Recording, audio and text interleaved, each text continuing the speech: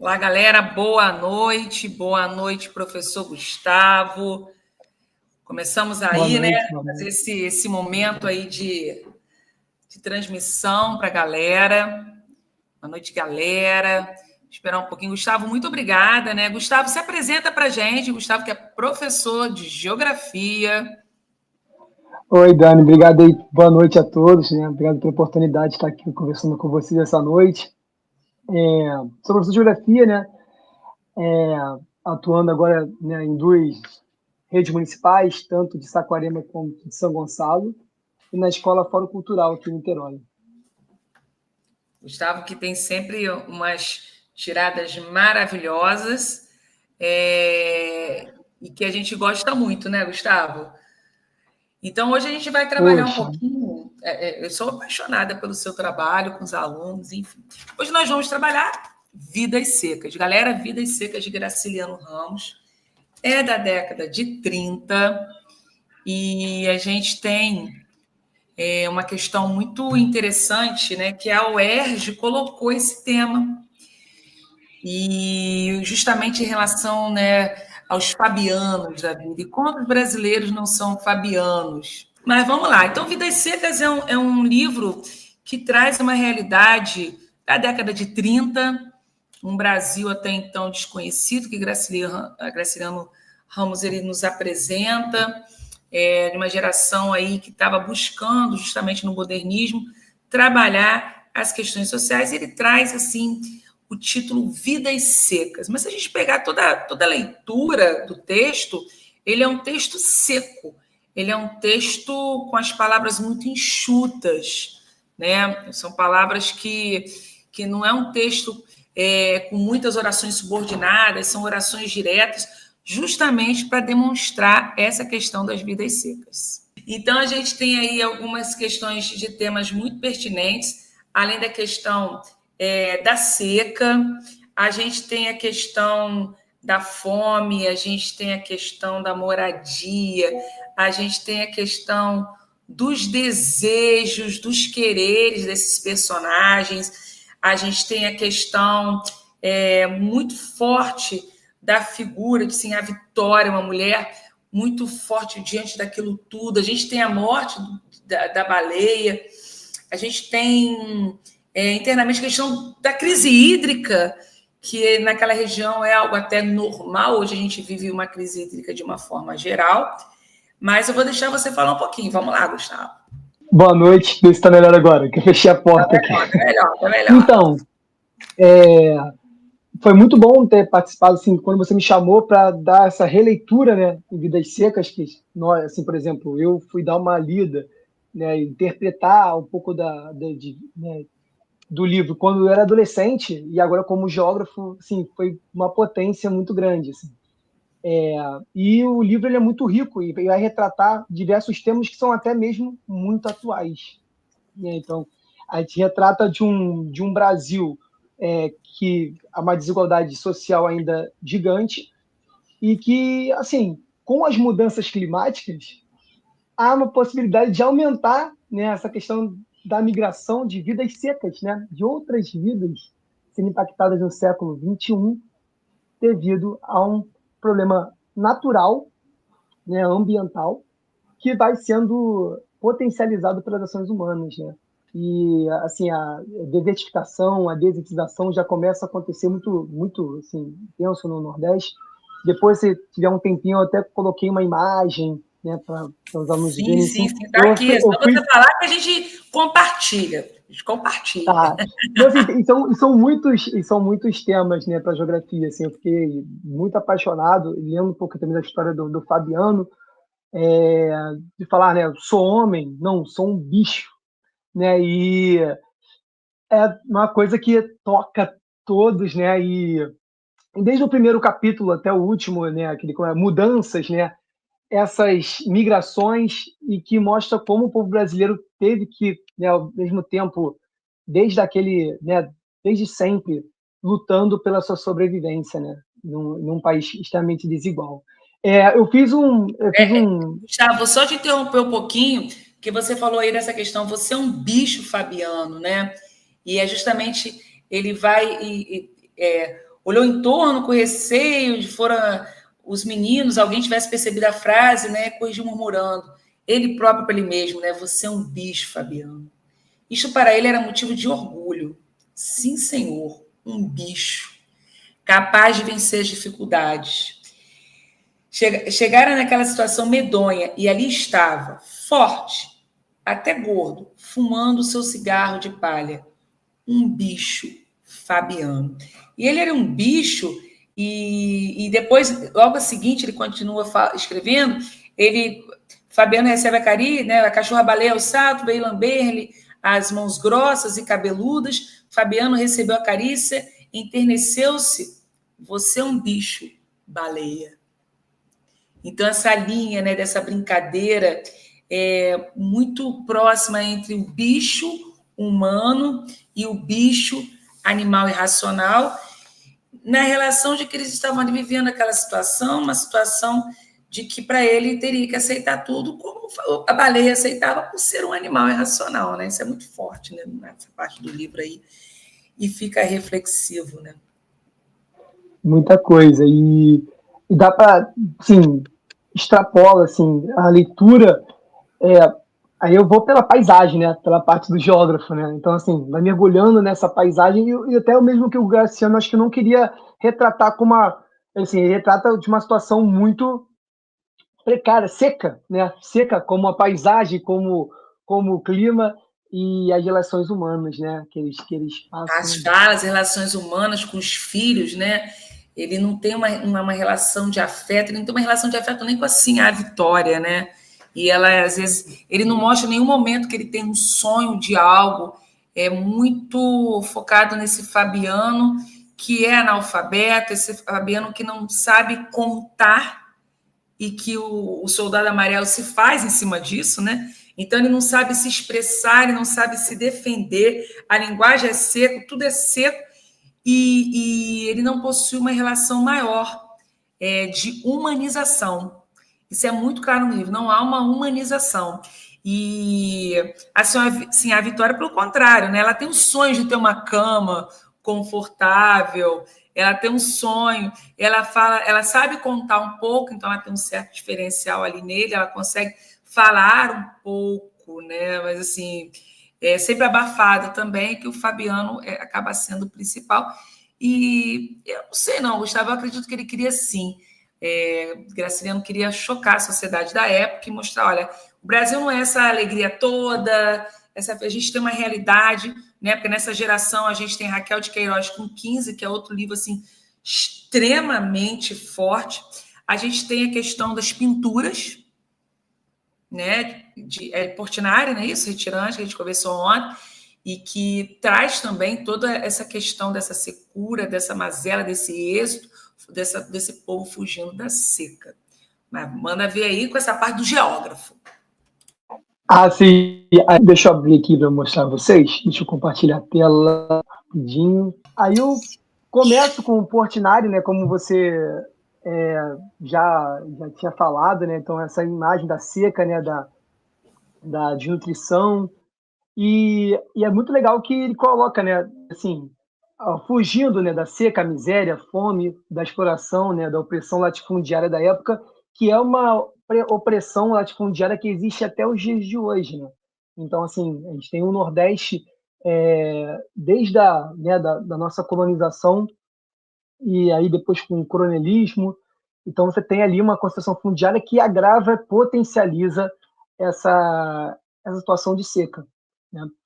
E aí eu começo, né, falando um pouquinho do primeiro capítulo, né, das mudanças, né? Então ele mostra a questão do rigor da seca, né, essa paisagem, né, com condições humanas bem difíceis, né, condições naturais inóspitas, a fome, o cansaço, e também, né, da história, a geografia trabalha com a paisagem, né, a vegetação, o clima, as implicações no ambiente, nas pessoas que vivem nessas condições. E aí, Dani, se quiser falar, por favor, né? Vai comigo, tá? Então, eu vou apresentar um pouquinho do Nordeste, né? Que tem essas 4 sub-regiões, e o Sertão tá aí, né?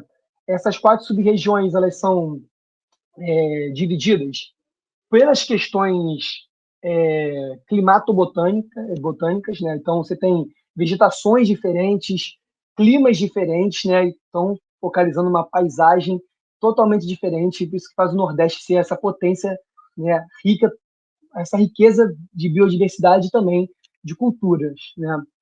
E aqui, falando um pouco dessa sub-região que seria o sertão, né? Então, relevo de depressão, um clima tropical semiárido, a caatinga, né, que tem como as principais atividades econômicas a pecuária e a fruticultura, né, irrigada do Vale do São Francisco. E a principal cidade, né, a capital que nós temos no sertão, é Fortaleza, lá no Ceará. Tudo bem? Tudo bem, Dani? Tudo tranquilo, tudo tranquilo. Estou aprendendo aqui um pouco Tranquilo? de geografia para a gente Né? buscar essa parte aí, ó, da literatura, mostrar E como aí, assim, trabalhar para a dar redação, né? isso, então, assim, então são mais de 1.200 municípios, né, nessa sub-região nordestina, né, mais de 27 milhões de habitantes, que já vivem, convivem com essa paisagem, se adaptam, né, a viver nela, e principalmente, né, com a questão natural, que é totalmente impactada aí pela questão da cerca. Então, algumas paisagens para você das repressões sertanejas, né, do tipo de vegetação de galhos retorcidos, chama-se de xerófila, né, ou xerófita, né, que são as vegetações adaptadas, né, o cacto, por exemplo, adaptado a esse meio, como também as famílias, né, as famílias dos retirantes que vão se adaptar a esse meio, viver, porque também tem uma questão do lugar, do pertencimento, né, da sua cultura. Então, é bem interessante pautar isso também da geografia, que é o lugar é o espaço da afetividade, é o espaço que eu tenho aonde eu vou ter. Oi, Bernardo. Fala, oi, tudo bem? Bernardo, vai lá, Bezão, vai lá, meu filho. Vai lá, desculpa, Gustavo, é o essa questão Bernardão, toda meu aí filhão. da geografia é algo bem, bem pertinente, que a gente entende que essas pessoas Vai lá, Bezão. possuem essa parte de sobrevivência, mas, ao mesmo tempo, quando eles chegam a condições extremas, eles não conseguem mais ficar ali, né? E aí, justamente, são os Exatamente. retirantes. Eles vão à procura. Eles primeiro procuram, gente, ali dentro daquele local. A gente tem lá no finalzinho do livro de Vidas Secas, é interessante que a gente tem assim, né? As palavras sim a vitória encantaram, riam para diante, alcançariam uma terra desconhecida, essa questão da procura da terra desconhecida, uma terra prometida. E aí começa a questão da busca lá para a grande cidade. Iriam para diante, alcançariam uma terra. Cadê? Fabiano estava contente e acreditava nessa terra, porque não sabia como ela era, nem onde era. Repetia docilmente as palavras sim a vitória. As palavras que sim a vitória murmurava, porque tinha confiança nele. E andavam para o sul, metidos naquele sonho. Uma cidade grande, cheia de pessoas fortes. Os meninos em escolas, aprendendo coisas difíceis e necessárias. Eles dois velhinhos, acabando-se com os cachorros inúteis, acabando-se com baleia. Que iriam fazer? Retardaram-se, temerosos. Chegariam a uma terra desconhecida e civilizada. Ficariam presos nela, e o sertão continuaria a mandar gente para lá. O sertão mandaria para a cidade homens fortes, brutos, como Fabiano, sim a Vitória e os dois meninos.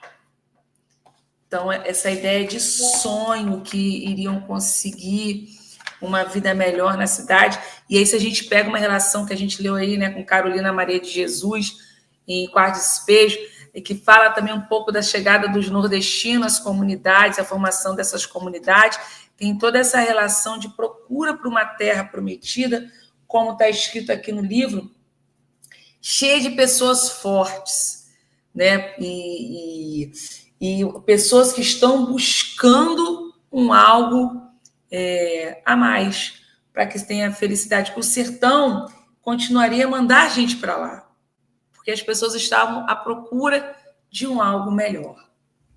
E que não foi o que aconteceu, mas aí a gente deixa para o professor de geografia.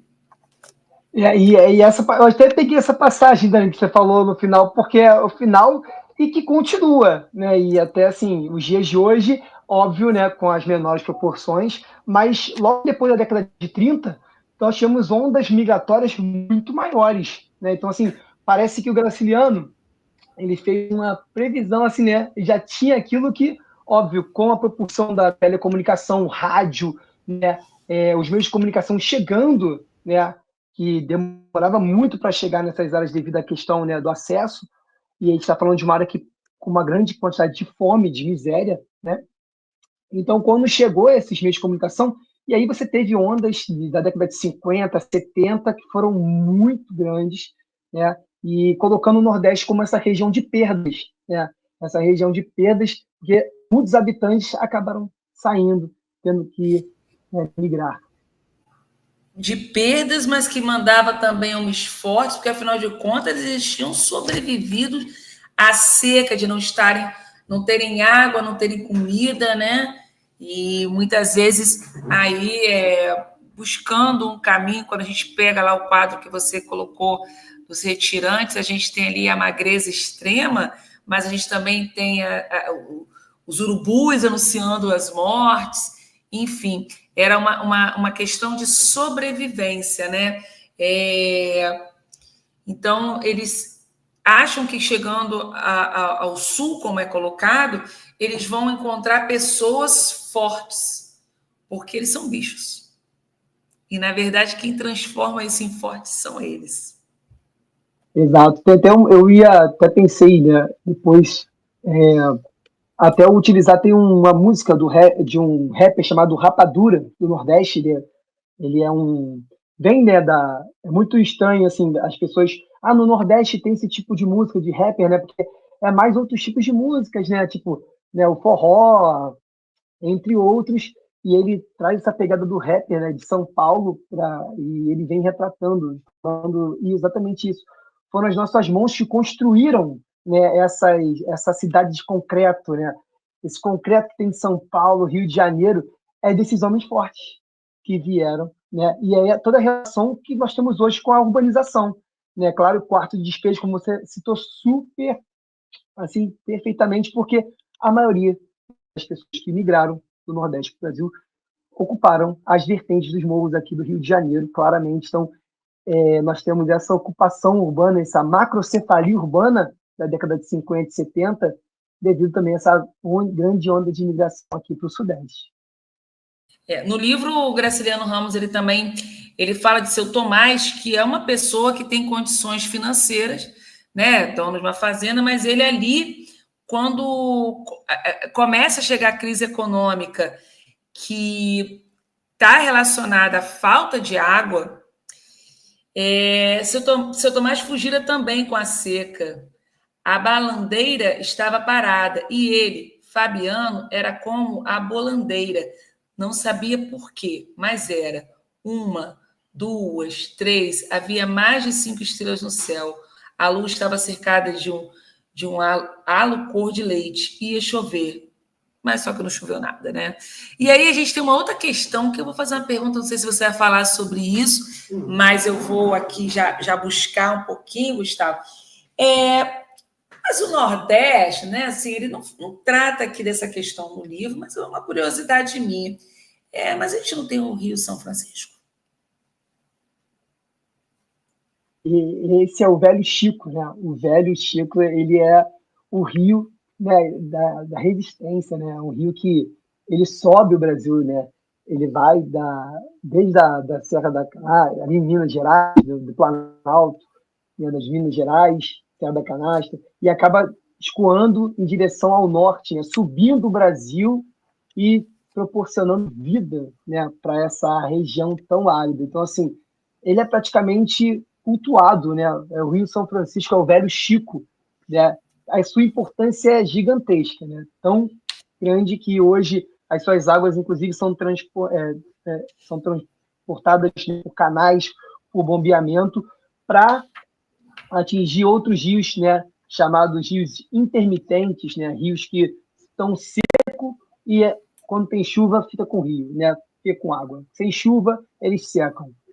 São os rios intermitentes. Então, ele é o único rio. É o rio perene. É o rio. Eu acho que eu dei uma pausa, perdi sem querer aqui. mas é um rio perene, né? Que ele está sempre com água e levando vida, levando produção e aumentando a economia gigantesca dessa área do Nordeste. Muito bom.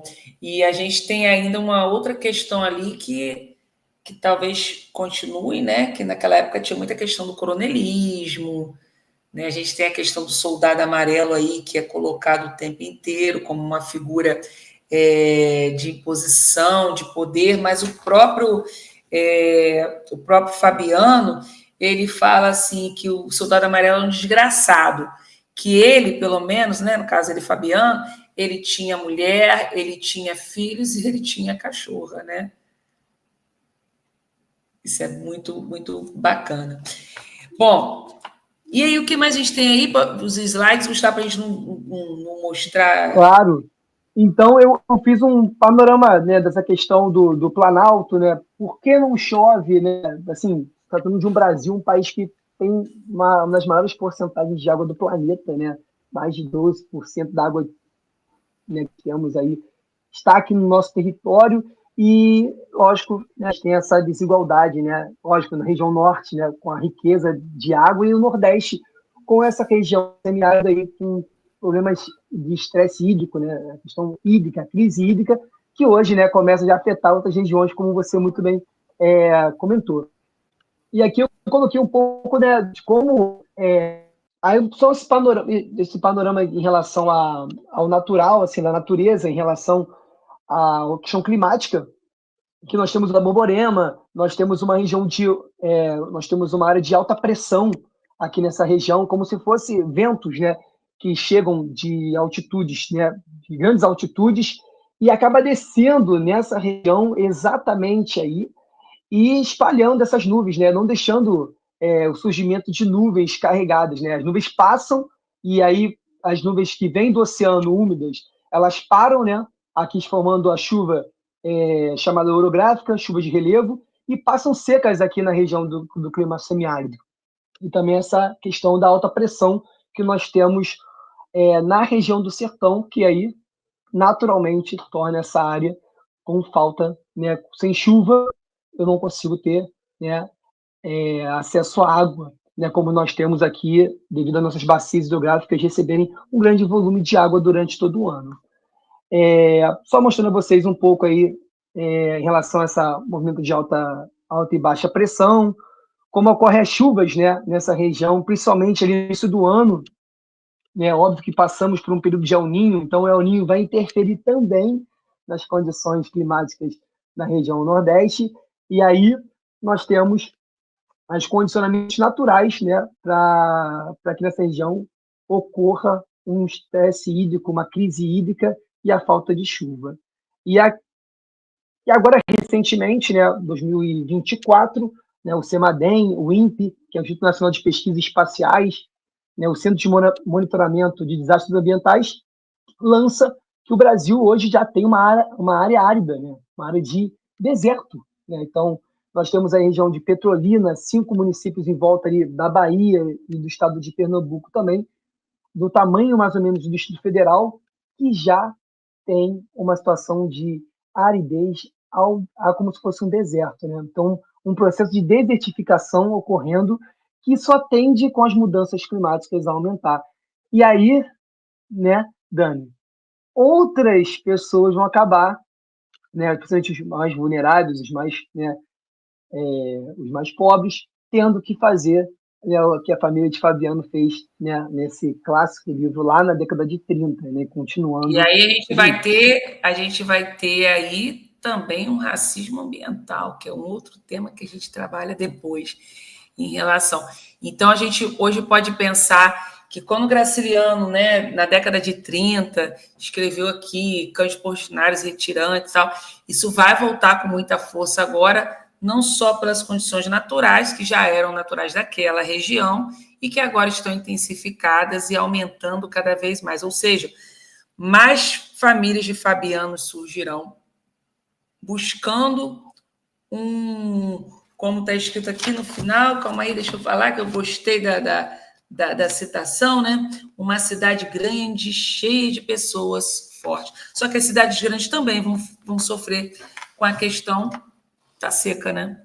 Que era tão típica aí, de repente, somente no norte aí. Exatamente. Outro ponto é assim, óbvio que hoje nós temos muitas tecnologias, né? E principalmente a irrigação cada vez, né? Como, por exemplo, até mesmo a transposição do Rio São Francisco, uma obra que começou em 2007, né? E uma das suas partes né, foi encerrada em 2022, né? E mostra para a gente também que esse colonialismo e a indústria da seca, né? Então nós tivemos aí uma indústria da seca durante décadas no Nordeste. Então, antes de você começar aí, fala da indústria da seca, Gustavo. Eu quero trazer o seguinte também. No livro, a gente tem uma parte que chove muito e eles ficam. Não estão acostumados com aquilo tudo e acabam preocupados se vai ter invasão da água, né? Se a água vai chegar, vai inundar. E depois é uma seca absurda, né? Então, mostrando esse contraponto que a gente tem. Mas você vai falar da indústria da seca. A indústria da seca, como que a gente pode trabalhar no tema sem ser de uma maneira muito, como é que eu posso dizer assim, só vomitando a ideia, só jogando a ideia. Como é que eu faço para compreender e, de repente, trazer o livro aí? Agora eu joguei para você, senão a gente não combinou, e coitadinho de Gustavo. Vai, Gustavo, que você tira de letra. Então, né, a gente pode colocar esse ponto da indústria seca, histórico, né, óbvio, com várias ações, né, açudes, caixas, né, carros-pipas, né, e a questão de um curral eleitoral, né? Então nós temos aí a indústria seca que ela perpetua para deixar os poderes, né, aí perpetuando os poderes desses coronéis barra depois vereadores barra prefeitos, governadores, e nós temos aí essa possibilidade de entender que a seca é algo natural, sim, vamos nos adaptar a esse ambiente. Entretanto, né, eu deixar a população, né, ao que eu vou proporcionar, isso gera um poder absurdo, né? Então, assim, tendo o poder, né, de levar água, né, de dar acesso à água, a plantar, a acabar com a fome, né? Isso esse é o que é pesado, né? Que na verdade o poder, o acesso à água é o acesso à comida, porque nesses locais, né, muitos deles vivem do que plantam, né? Então, o acesso à água é o acesso à comida. A comida. E aí acontece que esse domínio acaba levando as populações, né, aí a mercê de aceitar certas condições, né, ao voto, lógico, a princípio ao trabalho, depois ao voto, e aí quando não há mais esperança, né, a saída, né? Então, eu perco a minha terra, alguém compra a minha terra, com poder aquisitivo ele consegue trazer tecnologia, irrigação, e eu tenho que ir embora com a minha família, devido a não ter acesso a um financiamento de um banco para, por exemplo, comprar insumos, né? No caso, tanto... eu fugi a palavra agora, mas, por exemplo, tudo que é utilizado para plantação, né? Então, no caso, as sementes... Não tem sementes. Não E aí tem até mesmo, né? Essa região hoje com agrotóxico, né? Porque acabam utilizando atualmente, né, bastante agrotóxico nessa região. A gente tem uma relação aí, você estava falando desse momento aí da seca, de que estava da água, e aí eu lembrei da questão do filme O Auto da Compadecida 2, que tem ali uma questão do poço, que só o coronel tem um poço com água, ele tem até ali que ele queria cavar do lado para tentar ter uma água, mas o coronel chega, não, mas se a água está aqui, está passando por aí, ela também é minha, né? A questão de ser tão forte, né? É uma charge que eu coloquei, eu fui né, carregando o slide aqui com alguma... Essa aqui, cheguei, essa imagem. Aí, ó, o problema não é a seca, é a cerca, né? Então, lembrando a concentração fundiária, nessa região, a concentração de terras é igual à concentração do poder, né? Do poder político, do acesso à população que vai ter ou não acesso a essa água, a esse algo tão precioso em um lugar com essa imensidão seca. E ali tem a mãe, que cor é essa, né? Até tem um ali que na verdade, né, o verde, né, na verdade, as crianças, né, desse até dando uma ilusão, mas lembrando, turma, óbvio que que acabei de sair da sala, tá? De aula, mas como essa paisagem da Caatinga, que ela tem a sua origem Mata Branca, por isso, né? A origem da palavra Caatinga é Mata Branca. No caso, você tem pouca imensidão, né, de verde devido a essas espécies serem adaptadas mesmo à questão do estresse hídrico. Xerófilas, é muito importante colocar isso também, dar um up aí na redação. Com certeza. E buscar mesmo essas ligações, né? Porque, assim, é um livro que vai falar da questão, como eu disse anteriormente, né, da seca, mas fala também da seca de um homem, que é um homem que ele é forte, mas ele se vê como bicho, porque o forte só está na cidade, de uma mulher com sonhos, a própria Baleia, que é a personagem que morre, Graciliano Ramos vai lá e diz, mas agora, quando ela morre, ela agora foi sonhar com as preais, ou seja, foi ter alimento, porque também ela não tinha. Eles comeram o papagaio, né, porque era o que tinha ali naquele momento. Os filhos não frequentam escola, então eles têm uma certa dificuldade para falar. A gente tem a questão aí do analfabetismo, a gente tem a questão do não letramento, a questão justamente desse pensamento de inferioridade e de aceitação, né? E diante do sofrimento, pensa-se o tempo inteiro o que deve ser feito, buscando caminho a mais, né?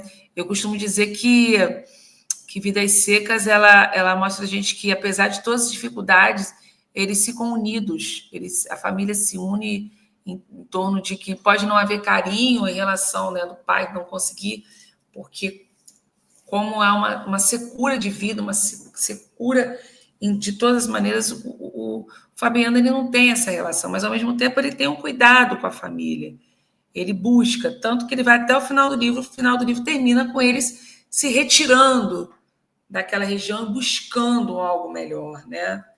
É isso. Exatamente, ele até as relações, né, ele acaba sentindo-se inferior, né, com outras pessoas, né? Ele tem vontade de matar o soldado amarelo, mas ele tem a família, né? Ele sabe que ele não está errado, mas ao mesmo tempo é o soldado amarelo, é uma autoridade, né? Eu até deixei um trechinho sobre isso, acho que deixa eu ver se está aqui, que eu fui colocando alguns trechos. Só falando do Rio São Francisco aí, Dani, o Rio São Francisco, na bacia do Rio, né? E a obra de transposição, né, dos canais que nós estamos falando. Essa obra da transposição começou quando, hein? 2007. 2007 começa a obra da exposição e é uma obra com, né, assim, bilhões, e foi muito questionada pela questão de para quem ela vai levar água, né? Quem vai ter acesso a essa água da transposição? E aí tem algumas chaves, né? Falando assim, e essa transposição, o que você acha? Pode dar certo? Do Rio eu não sei, mas dos votos sim. Então, assim, acaba que foi diversos partidos, né, e acaba que cada um foi puxando um pouquinho. Ó, eu que trouxe o canal do São Francisco para cá, né? Então, lembrando, bota em mim, porque eu trouxe água. Essa necessidade. E a água é um direito universal. A água Exatamente. potável é um direito universal. E isso mostra quanto, né? Eu vi assim, quando dou aula para o 7º ano, eu coloco algumas imagens que a água chegando, a população vibrando, sabe? É emocionante. Assim, um rio que é um rio intermitente, um rio que fica seco grande parte do ano, e do nada esse rio recebe água do São Francisco através de bombeamento. A população ela fica assim maravilhada, porque agora eu posso plantar. E a fruticultura nessa região, você alterando esse solo, que é um pouco, ele é pedregoso, um solo aí, a Embrapa, né, a empresa brasileira de solos, né, pública, ela é excelente, tem várias, né, formas de você plantar e torna-se uma área excelente para a produção de fruticultura internacionalmente. Nós exportamos, né, frutas dessa área do Vale do São Francisco. Uva, por exemplo. Aí você fala, uva, vinho, né? Vinícolas, assim, no sertão. Aí você fala, não, isso não é possível. É possível. Então, assim, a tecnologia aliada com o clima seco, então evita também a proliferação de fungos, de pragas que vão atingir essas culturas. Então, assim, fica um lugar excelente para plantar se você tem ali as condições necessárias.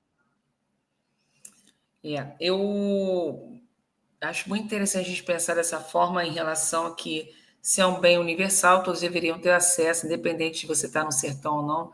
E aí a gente tem a questão que você acabou de falar também aí, da questão da política do carro-pipa e por aí vai. Eu gostaria de voltar um pouquinho na questão da fala lá do Fabiano, que é algo também muito seco, que eu gosto dessa parte aqui, logo no iniciozinho, né?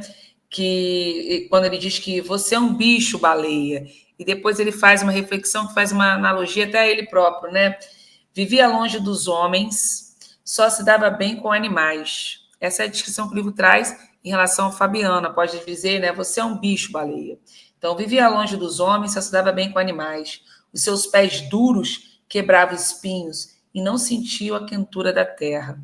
Montado, confundia-se com o cavalo, grudava-se a ele e falava uma linguagem cantada, monossílaba e gutural, que o companheiro entendia. A pé, não se aguentava bem, pendia para um lado, para o outro lado, cambaio torto e feio. Às vezes utilizava nas relações com as pessoas a mesma língua com que se dirigia aos brutos, exclamações, onomatopeias. Na verdade, falava pouco. Admirava as palavras compridas, difíceis da gente da cidade, tentando reproduzir algumas em vão, mas sabia que elas eram inúteis e talvez perigosas. As palavras compridas eram perigosas, né? Então, a gente tem aí uma descrição de quase uma descrição de um animal, né? Porque eram pés duros, quebrados, em espinho, não sentia, parecia o casco de cavalo, né? Que não sente ali. E tanto que depois fala montado, confundia-se com cavalo grudado, grudava-se a ele, ou seja, você não sabia quem era o animal ou não. Isso é muito forte. E isso tem uma questão muito forte aí que eu já vi que você botou no painel aí, relacionado também de que eles vão sofrer bastante em relação à fome. Exatamente. E como é um problema gravíssimo, né? E que muito do Fabiano tem a ver com esse medo, né? Porque ele passa, né? A fome, ela é algo abominável, assim, a gente não tem, né, descrição para isso. E aí eu botei, né, Dani, algumas questões da fome no Brasil, né, como ela... E o Nordeste, né? Exatamente ali, né, o livro de Vidas Secas, onde é retratado.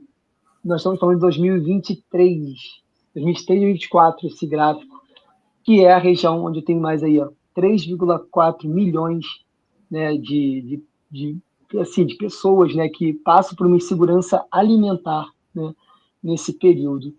E aí, o que é segurança alimentar? Porque as pessoas às vezes confundem um pouco com...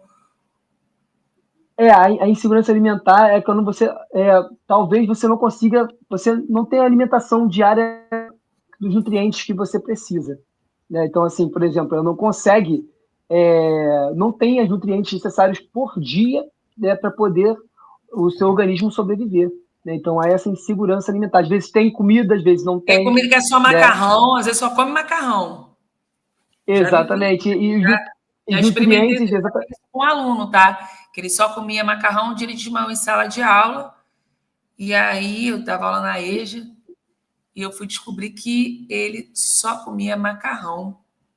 E ele estava com a questão de nutrientes, assim. Então, ele tinha macarrão todos os dias. Ele jantava na escola, porque a escola dava, mas ele em casa, ele não tinha outra coisa que não fosse macarrão. Então, ele vinha num processo de meses só com macarrão.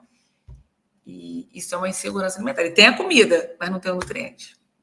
Exatamente isso. E mostra também assim, que a fome não está, como Dani, você falou, a fome não está distante da gente, não. Né? A fome está muito perto, né, Dani?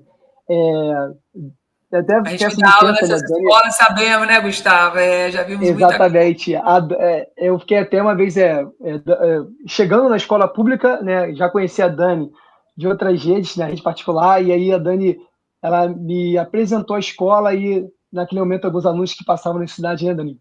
Você entregando tênis, assim, aquilo ali me mexeu muito, né? Como do nosso lado tem essa situação e, né, óbvio, falando de Brasil, não tem como falar do Nordeste. Então, assim, tá do nosso As lado. crianças ficavam na porta da escola esperando a hora de comer, mas eles pegavam e separavam a comidinha para a avó, que a avó não tinha comido. Não tinha comida em casa. Né? Lembra disso? Aí a gente Lembro. foi conhecer um pouco a história da família, né? E a gente vê que às vezes está do nosso lado, porque a gente está falando do Nordeste, mas são pessoas que também, que lá atrás tiveram essa questão toda, né, de uma família que vem em busca de um algo melhor, de um sonho melhor, porque, de acordo até com Graciliano Ramos, né, da cidade são os fortes. Mas acontece que são os fortes que vêm de outro lugar. Já estamos Dani, chegando aí, galera. Se muito... tiver pergunta, pode colocar aqui no chat que a gente responde. E vamos lá, Gustavo. Dani, e bem interessante no nosso contexto, é porque a comunidade, né, na escola que eu e a Dani trabalhamos, grande parte dela é de descendentes nordestinos. Eu fiz um trabalho com os meus alunos do 7º ano sobre imigração. Dani, choveu no Nordeste. Então, assim, olha que situação. Muitos lá retirantes para cá. E aí, gente, infelizmente, no nosso contexto, né, das cidades, né, por exemplo, como São Gonçalo, por exemplo, a fome está aqui. Né? Então, assim, esses retirantes para a cidade... Pode falar, Então, Dani. Não, é a querida professora Clara Leles, que vai estar com a gente entortarada, que se Deus quiser. Ela colocou aqui, ó, já dizia Josué de Castro, que dentre os graves problemas que existem no Brasil, a fome é a menos debatida. Obrigada, Clara. Boa noite aí. Beijo, Clara. Melhoras. Tá? Saudade. Hoje, acabei falando com ela. É uma mãe na geografia para mim. Obrigado. Geografia e literatura, claro que tem. Eu esqueci o nome do canal, coloca aí. Coloca aí lá no Instagram, lá tem, acho que é Literatura e Afeto, se eu não me engano. Excelente. Excelente trabalho que ela faz ali. E ela vai estar com a gente entortarado. Mas o Gustavo continua aqui. Já está terminando o nosso tempo aí, galera. Vamos lá, quem quiser fazer perguntas, Isso. vai. Aqui as migrações, Dani, também. Aí os padrões das migrações, como o Nordeste apresenta região de perdas, desde os retirantes, muitos migrando, também pela condição, né, das questões financeiras também, como migrar para o sul também era um pouco difícil, muitos migravam diretamente para o litoral, né, para a Zona da Mata. Então, assim, há esse fluxo da Zona da Mata primeiro, para depois vir para o sul, onde, da década de 30, começa o impulso do governo brasileiro investindo na industrialização aqui do Sudeste e concentrando as indústrias aqui. Então, aqui virou polo econômico, né, a região, o eixo Rio-São Paulo cresce economicamente através das medidas tomadas em 1930, tá, e todas as empresas estão aí, e aí você vai ver esse grande fluxo chegando e também indo para o centro-oeste, né, os candangos lá em Brasília, né, o pessoal ocupando a região norte do país também, não somente aqui para o Sudeste. E aí, Dani, é interessante também falar, né, relembrar também, óbvio, a fome, a desigualdade social ainda é muito grande, é claro. No Nordeste, ele cresce economicamente, né, nos últimos 20 anos. A própria transposição do Rio São Francisco também é uma força dessa economia do Nordeste e que também vai gerar um fluxo de retorno, né, das pessoas. Aquelas pessoas que se retiraram, né, por exemplo, através, né, da seca, lá na década de 50, eles começam a voltar nos anos 2000, 2010, fazendo a migração de retorno para encontrar o seu lugar. Né? Como é que está o seu lugar? O lugar, né, onde eles viviam, né, onde tinha seus laços afetivos, a comunidade a qual ele nasceu, ele volta, né, para poder encerrar aí a sua vida, a sua aposentadoria e voltando para casa. Para casa. Maravilhosa aula de vocês, Clara colocou aqui, literatura e afeto mesmo, Dani. Você é uma querida, Clara. Enfim, Gustavo, é um tema atual, um tema que pode cair. Eu costumo dizer que Vidas Secas dá para quase todos os temas, principalmente de invisibilidade social, porque ao se ver como um bicho, ele não se via como parte pertencente de uma sociedade. E aí nós temos a questão de como eu não faço parte da sociedade, então eu vou me marginalizar, né? Eu vou ficar à margem dela. E aí muitos chegam a... Em qualquer situação, eu acho que eu estou errado. É melhor ficar quieto porque eu estou errado. Exatamente. E essa margem também vai gerar também a xenofobia, né? Essas comunidades que chegam aqui ao Sudeste, que sofreram tanto em São Paulo como baianos, né? De qualquer forma, era chamado de baiano. Aqui no Rio, muito Paraíba, né? E pejorativamente chamado de Paraíba, de baiano em São Paulo. E essa força que eles trouxeram, né? Essa cultura. E, por exemplo, nós temos o Centro de Tradição Nordestinas, que era chamada de Feira dos Paraíbas. Feira dos Paraíbas, aqui no centro, em São Cristóvão. E hoje é um lugar de cultura no Rio de Janeiro, assim, absurdo, todos maravilhoso. Muito bom, inclusive, né, assim, né? E é bom você fazer essa leitura de Vidas Secas, de você revisitar, assim, a sua origem, né? A sua origem, porque, assim, a minha origem é nordestina, né? Meu avô era nordestino, então, assim, você vai conhecendo um pouco e como isso acaba abalando também, né, em relação ao Brasil inteiro, com preconceito ao Nordeste, né, em alguns temas bem polêmicos, inclusive. Aqui eu coloquei o IDHM, né, que é o Índice de Desenvolvimento Humano, né, feito pela ONU, ao qual nós temos uma evolução muito grande no Brasil inteiro, né, de 91 até 2010. Não saiu ainda, né, os últimos IDHMs, né, que nós falamos assim, das cidades brasileiras. O que é IDHM mesmo, índice? Então, é o Índice de Desenvolvimento Humano Municipal. Então, eu posso comparar o meu município aos países do mundo. Então, por exemplo, nós temos Niterói, cidade onde eu, né, estou aqui falando com vocês. Ela é uma cidade que tem o IDHM muito alto, comparada, né, até mesmo aos países, né, por exemplo, europeus. Eu tenho cidades como Santos, outras cidades do sul do Brasil. Quero saber Maricá, quero saber Maricá. Ah, Maricá, eu não pesquisei Maricá aqui. Mas, possivelmente, né, agora vão ter mais novos IDHMs, né, assim, vai ser feito novas pesquisas. E aqui mostra, por exemplo, a evolução do território brasileiro. Mas como o Nordeste, lá, tá vendo? O vermelho é como se fosse muito baixo, o laranja é médio, não, desculpa, o amarelo, né, médio. Aí nós falamos, né, médio, muito baixo, baixo, médio, laranja. E aí, com o verde, né, com alto, e o azul muito alto. Nessa escala aqui, a gente não conseguiu identificar a cidade que ficou um pouco distante, eu não peguei e dei um zoom, mas tem o Atlas do IDHM, tá, turma? Tem o Atlas você pode acessar, tá? É muito legal fazer essa. E pode pesquisar, inclusive, em Maricá, tá? Gostei. Pesquisa, é muito bom. É o Atlas, né? Atlas do IDHM, que nós temos, da ONU, né? Também junto com o IBGE. E nós temos esse